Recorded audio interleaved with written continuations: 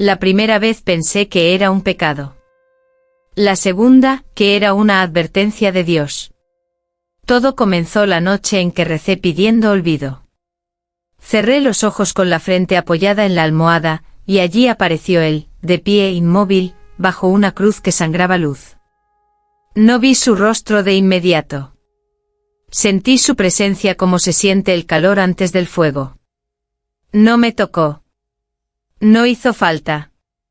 Su voz llegó suave, peligrosa, demasiado cercana al oído. Dijo mi nombre como si ya lo hubiera dicho 1000 veces. En el sueño yo moría. Siempre moría. Y sin embargo no había dolor. Había una calma indecente, una rendición dulce que me avergonzó al despertar. Me arrodillé junto a la cama y pedí perdón. Pedí que Dios me quitara ese rostro que aún no conocía. El cielo guardó silencio. La noche siguiente volvió. El mismo lugar. La misma cruz. Esta vez vi sus ojos, no eran crueles, eran pacientes. Me miró como se mira algo que ya ha sido elegido. Comprendí entonces lo que más me asustó, yo quería dormir para verlo. Yo deseaba el final que él prometía sin prometer nada. Al tercer sueño, supe que no era una fantasía. En el último segundo antes de morir, me susurró, no temas. Yo no mato. Yo llego cuando ya has decidido. Desperté empapada en sudor con una paz que no me pertenecía. Esa mañana fui a la iglesia. Recé con los ojos abiertos. Y sentada en la última banca, sentí una mirada idéntica a la del sueño. No me giré. No aún.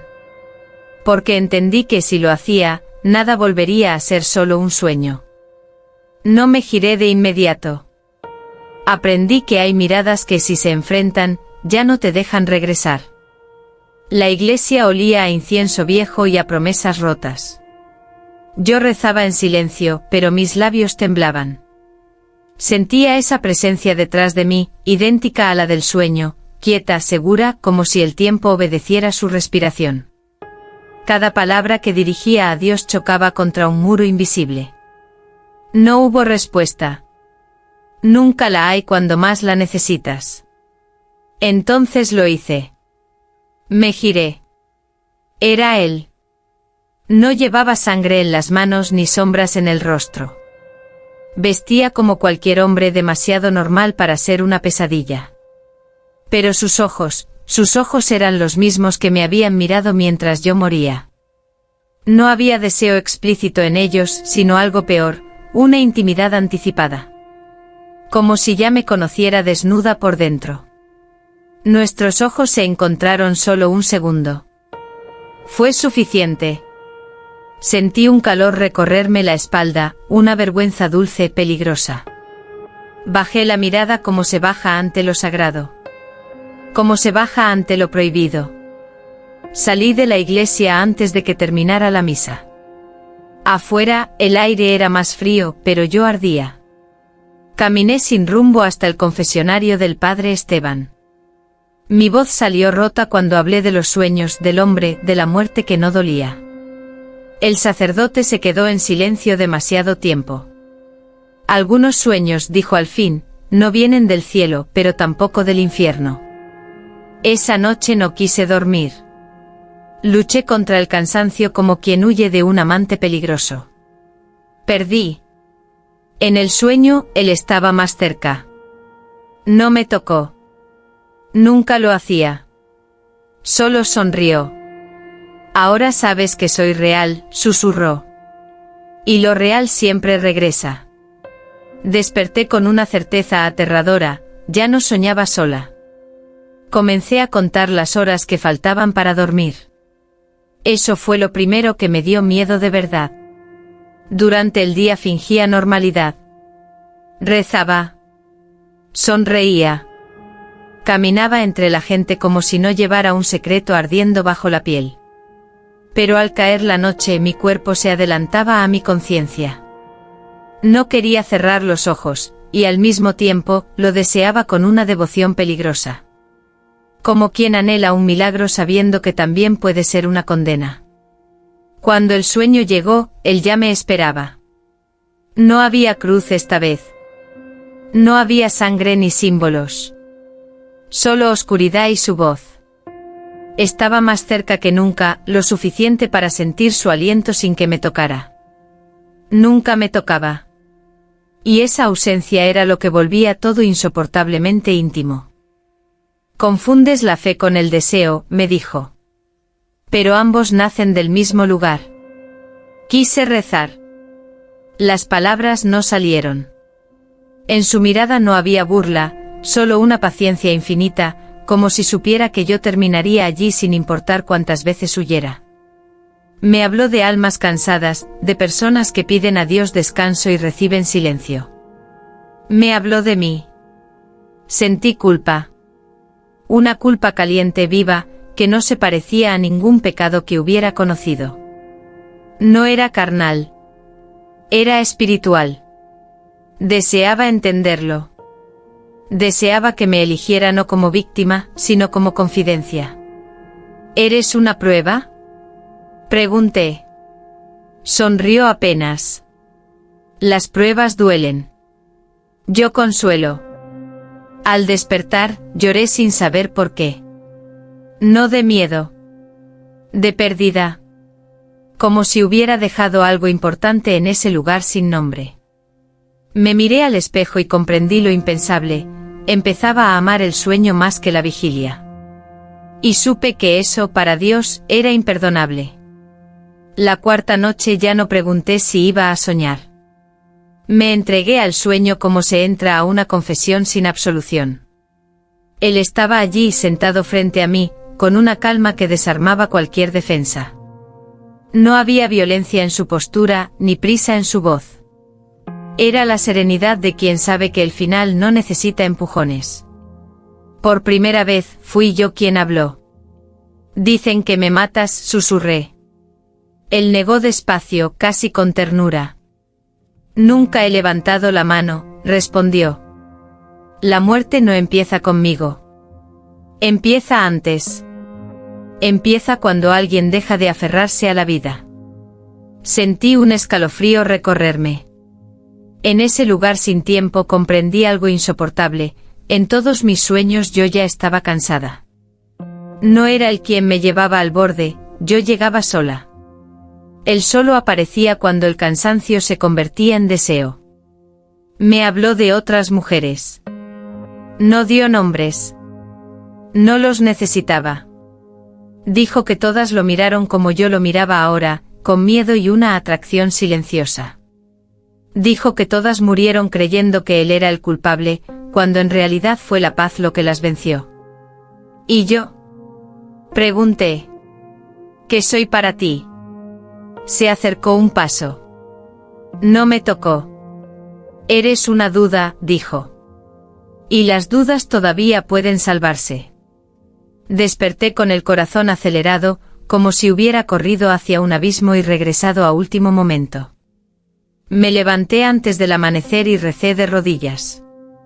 No pedí protección. Pedí claridad. Pero el cielo siguió mudo. Entonces lo entendí, el verdadero peligro no era él. Era lo fácil que empezaba a resultarme imaginar un final sin dolor. Esa mañana me arrodillé frente al altar con una verdad que me quemaba la lengua. No vine a pedir perdón. Vine a confesar algo peor. Lo pienso, susurré. Lo deseo. Y no sé si es pecado o destino. La iglesia estaba vacía. Ni pasos ni ecos. Solo el crujido de los bancos viejos y el peso de una presencia que no era humana, pero tampoco ausente. Esperé una señal. Un estremecimiento. Una culpa clara. Nada. El silencio de Dios fue más profundo que cualquier reproche. Esa noche dormí sin luchar. El sueño me recibió con una luz suave, casi misericordiosa. Él estaba de pie como siempre, pero algo había cambiado. Ya no era solo paciencia lo que había en sus ojos. Era atención. Me observaba como se observa a alguien que ha cruzado una frontera invisible. Lo dijiste en voz alta, me dijo. Eso cambia las cosas. Sentí vergüenza.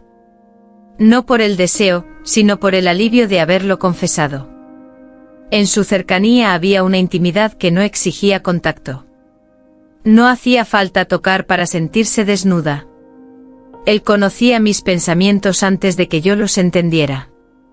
¿Y si esto es una prueba de Dios? Pregunté. ¿Y si debo resistirte?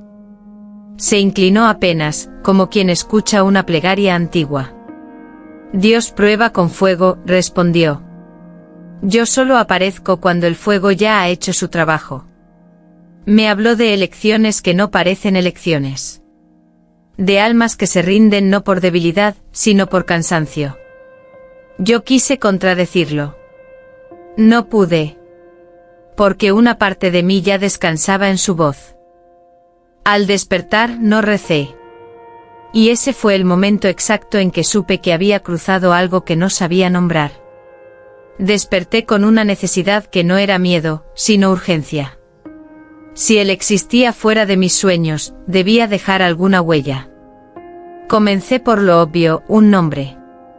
Lo pronuncié en silencio muchas veces, esperando que surgiera de algún recuerdo escondido. Nada. En la iglesia nadie lo conocía. El padre Esteban negó con la cabeza cuando describí su rostro. Demasiado común, dijo. Demasiado fácil de olvidar. Eso fue lo que más me inquietó. Busqué en archivos viejos, en periódicos amarillentos, en registros que nadie consultaba. Fue entonces cuando encontré las coincidencias. Mujeres. Distintas edades. Distintas ciudades. Muertes limpias sin violencia. Causas naturales, decían. Pero todas compartían una nota final, un rastro mínimo, diarios íntimos, cartas rotas, oraciones escritas a medias. En todas se repetía la misma frase con palabras distintas: lo soñé antes de morir. Esa noche él me esperaba con una serenidad peligrosa. Me estás buscando donde no existo, dijo. Yo no tengo pasado. Soy el final de otros. Sentí rabia por primera vez. Una rabia viva, necesaria. Ellas murieron, dije. Y tú estabas allí. No negó nada. Murieron cuando dejaron de luchar por quedarse, respondió. Yo solo fui el último rostro que eligieron mirar. Me mostró fragmentos de sueños ajenos, mujeres cansadas, rezando sin respuesta, deseando descanso. Me vi reflejada en todas. Comprendí la trampa con claridad brutal, no era él quien me perseguía. Era mi propio agotamiento tomando forma. Al despertar, supe algo con certeza. Si no detenía este camino, mi nombre también terminaría escrito en una página que nadie volvería a leer. Dejé de distinguir el momento exacto en que empezaba el sueño. Eso fue lo más peligroso. A veces lo veía antes de cerrar los ojos, reflejado en el vidrio de la ventana, de pie detrás de mí sin proyectar sombra. No hablaba. No hacía falta.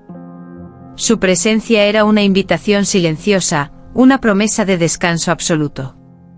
Yo seguía respirando, pero algo en mí ya se había rendido. No tienes que dormir, me dijo una vez con voz suave. Algunos finales llegan despiertos. El mundo comenzó a perder peso. Las oraciones sonaban huecas. La culpa, lejana. No era tristeza lo que sentía, sino una calma tibia, peligrosa, como la que precede a un abrazo del que no se vuelve.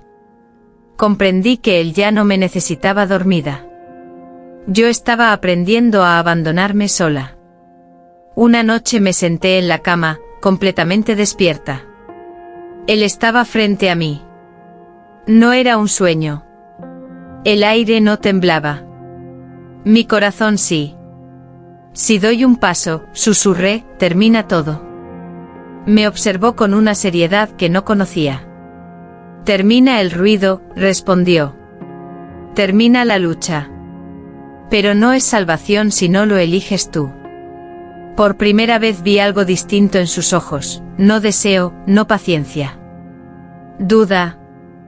Entendí entonces que él no podía llevarme más lejos de lo que yo misma estaba dispuesta a ir. El poder no estaba en él. Estaba en mí. Lloré.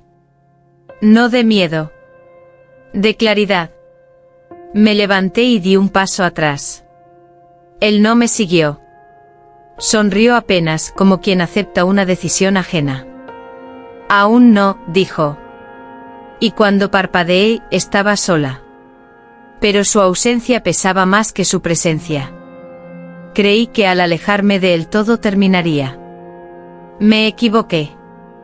La calma regresó, sí, pero no era paz. Era un silencio tenso como el de una iglesia vacía después de una tragedia. Dormía sin sueños, y eso me asustaba más que morir en ellos. Porque ahora estaba sola con mis pensamientos, sin su voz ordenando el caos. Volví a rezar. No por protección. Por sentido. Me arrodillé y pregunté en voz alta qué se esperaba de mí. Nadie respondió. Entonces comprendí algo doloroso, nunca hubo una orden. Nunca hubo un mandato divino. Todo lo que había vivido nació de una interpretación equivocada del sufrimiento.